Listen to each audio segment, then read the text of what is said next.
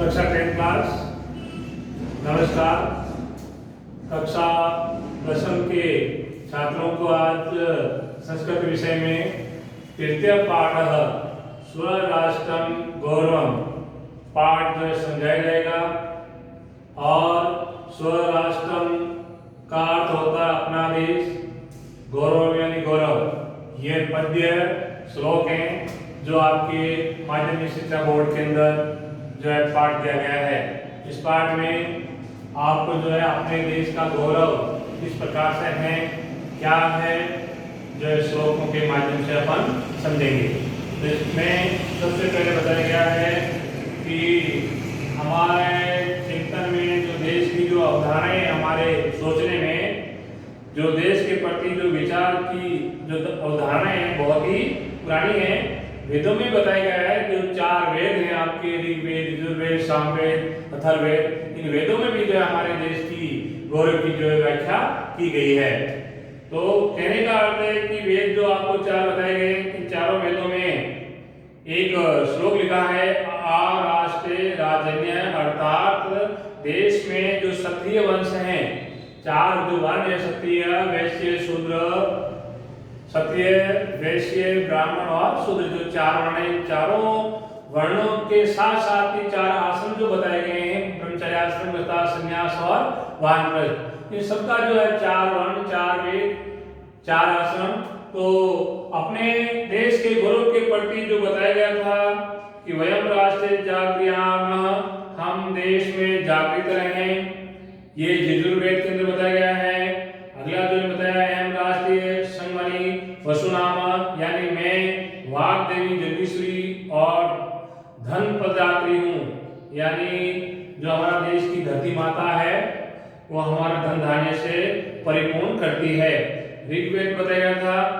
आदि जो है बहुत से ऐसे मंत्रों में देश शब्द के प्रयोग में ये स्पष्ट होता है। देश शब्द क्या है, धरती माता हमारे भारत देश की जो है किस प्रकार से है, या कितने पर्वत हैं, कितने समुद्र हैं, उनका भी जो है इस पाठ के अंदर वर्णन किया गया है।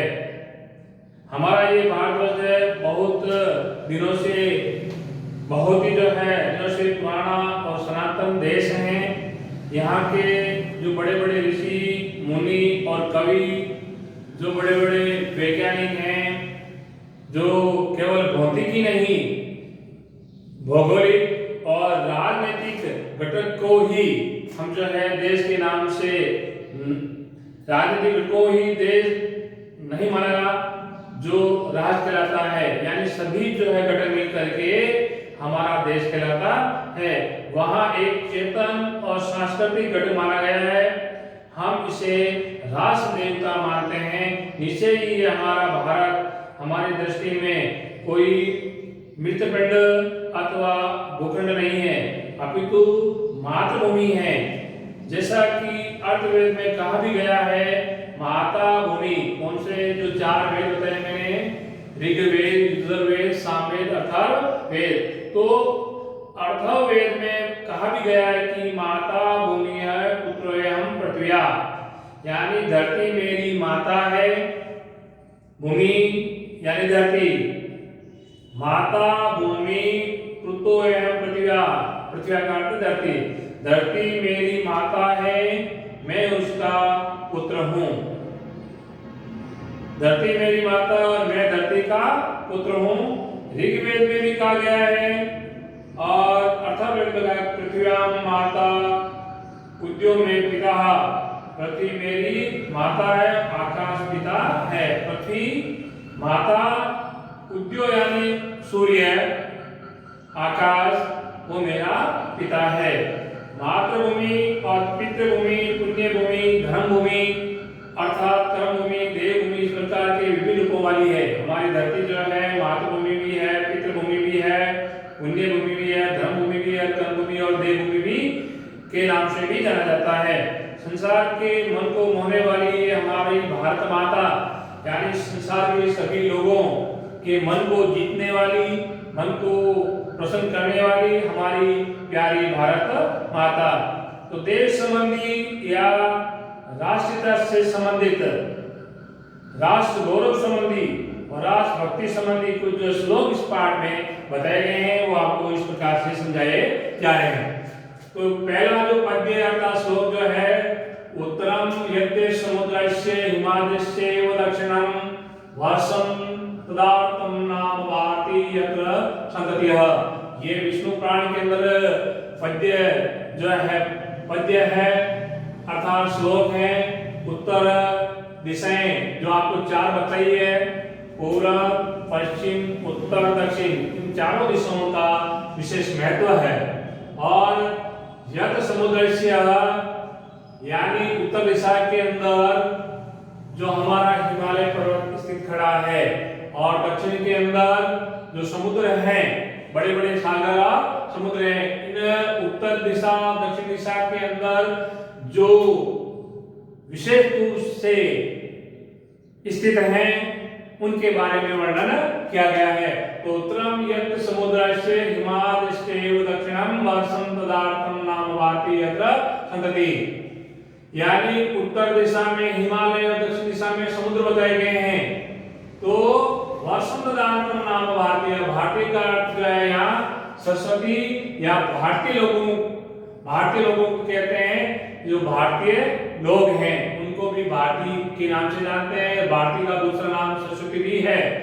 यत्र यानी जहां, संतति यानी पुत्र, यहाँ जहां भारतीय लोग रहते हैं वह भारत देश कहलाता है।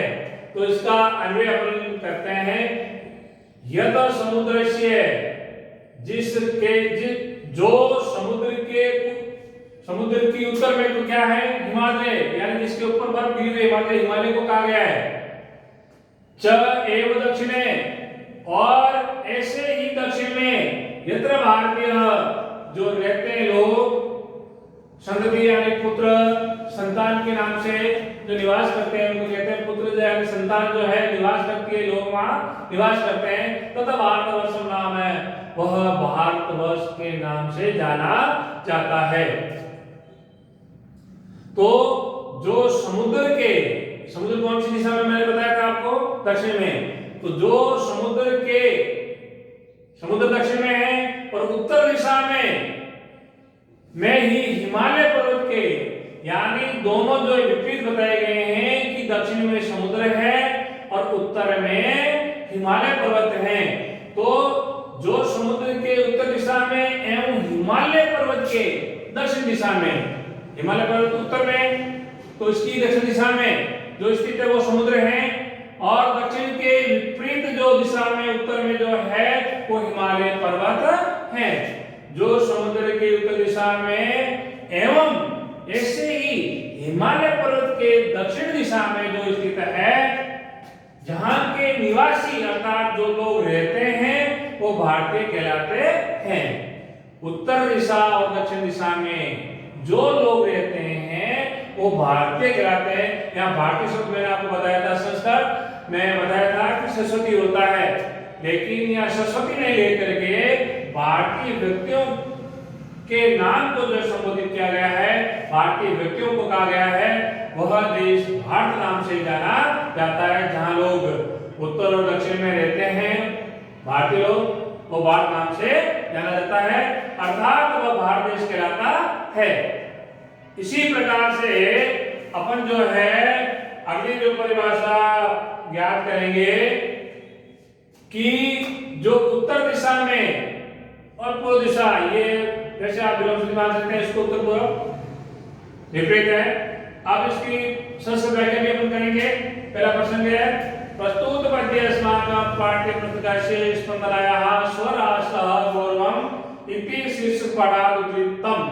मूलतः पद्यमिदं विष्णु पुराणात् संकलितं, यस्मिन् पद्ये भारतदेशस्य भौगोलिक स्थिति वर्णयन् कवि कथयति यद्।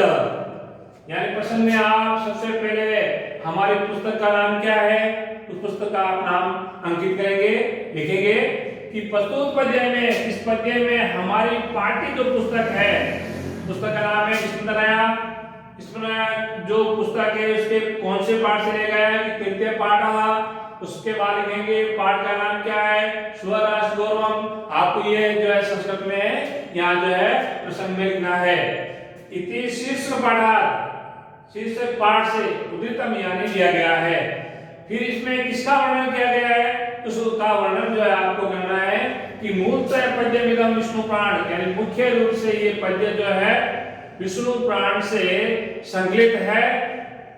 अस्मिन् पद्ये, इस पद्य में, इस श्लोक में भारत देशस्य अर्थात भारत देश की भौगोलिक स्थिति का वर्णन करते हुए कवि कहता है, क्या कहता है?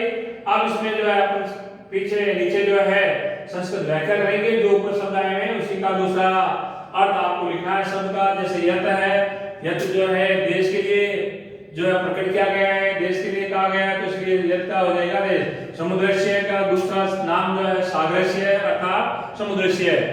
फिर उत्तर, ये दिशा है, तो आप इसके आगे लिख देंगे उत्तर दिशायाम। हिमाद्रे, हिम प्लस आद्रे अर्थात बर्फ से ढका हुआ, तो अपन हिमाद्रे का हो जाएगा हिमालय से, हिमालय से अर्थात हिमालय। हिमाद्री किसको कहा गया है? हिमालय को कहा गया है, तो हिमालय से। चेव जो शब्द है इसकी संधि हो जाएगी च प्लस एव अर्थात चेव। चेव का तो एव यानी ही, ठीक है ना। वैसे ही दक्षिणम जो शब्द आपके यहाँ संस्कृत में आया था, तो दक्षिणम का अर्थ दूसरा हो जाएगा दक्षिणायाम दिशायाम, यानी दक्षिण जो है दिशा है, इसलिए इसका दूसरा कर देंगे हम दक्षिणायाम दिशायाम। यत्र का अर्थ जहां होता है, ये अव्यय है। अब जहां का पढ़ेंगे यस्मिन् स्थाने देशेवा, जिस स्थान या देश में हम रहते हैं वो स्थान जो है भारत है। भारतीय संस्कृति को बताया मैंने, लेकिन यहाँ भारतीय लोगों के नाम से संबोधित किया गया है। भारतीय, भारतीय का अर्थ हो जाएगा भारतीय नामना, यानी भारतीय नाम अर्थात भारतीय लोग। संततिः, संत का अर्थ हो जाएगा पुत्र। संतति का अब पूरा शादी का अर्थ होगा पुत्र, पौत्रादि, पुत्र और पौत्र आदि। तत् जो है सर्वनाम शब्द है, सब जो है सर्वनाम शब्द है। इन तत् का अर्थ हो जाएगा वह, या स का हो जाएगा तत् वह। अब आता शब्द भारतवर्षम नाम। ये जो शब्द आया था अपने इसके अंदर, तो इसका अपन जो है संस्कृत व्याख्या में लिखेंगे भारत देश नामना प्रसिद्ध देश अस्ति। भारत देश के नाम से जो प्रसिद्ध है वह देश है अर्थात भारतीय। तो इस प्रकार से आप पद्य या श्लोक को 2-3 बार यहाँ पर जो है पढ़ेंगे। पढ़ने के बाद जो कठिन शब्द आए उनके नीचे आप रेखा खींचें, और जब आपको शाब्दिक अर्थ भी मालूम न हो तो आप जो है अध्यापक का सहयोग लेंगे, पूछेंगे आप। और इस प्रकार से पढ़ने के बाद जो आपका हिंदी अनुवाद जो इसमें बताया गया है, हिंदी अनुवाद जो है माध्यमिक शिक्षा बोर्ड में पूछा जाएगा, तो आप अच्छी प्रकार से इसको याद करें। धन्यवाद।